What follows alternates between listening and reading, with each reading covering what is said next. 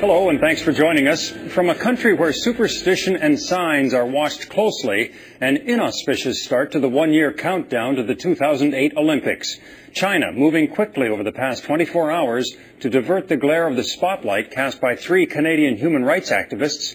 As Tara Nelson tells us, even though the group succeeded in grabbing international headlines, there's no indication it'll have much impact inside China. It's something they could never do in China, and that's the point. Rally for Tibetan independence. This is absolutely appalling, and the world must know that the situation inside of Tibet is absolutely grave and devastating. Tucked in the crowd, Valerie and Yvonne Raoul. They are the parents of Melanie Raoul. And we want to thank everyone for your messages of support, and we're so proud of her. The 25-year-old Canadian detained yesterday after scaling the Great Wall of China to unveil a 42-square-meter banner calling for a free Tibet.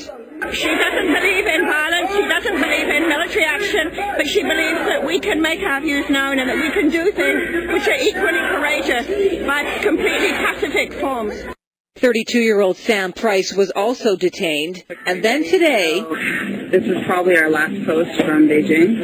We've got about 30 security agents waiting outside for us. Lhadon, the executive director of Students for a Free Tibet, was scooped up too.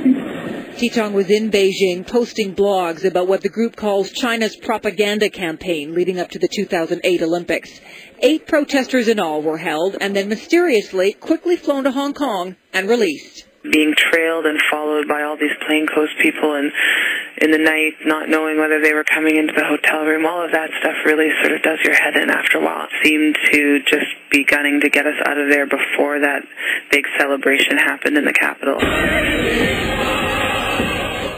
As China marked the one-year countdown to the Beijing Olympics today, experts believe this Tibet protest will make no difference to the country at all. These people who went there, I think they would be extremely naive if they thought that they're going to reshape the world or reshape the Chinese world. No. We're so happy that she was able to do this really brave action. But their families, knowing they're safe and coming home soon, couldn't be more proud. Tara Nelson, Global News, Vancouver.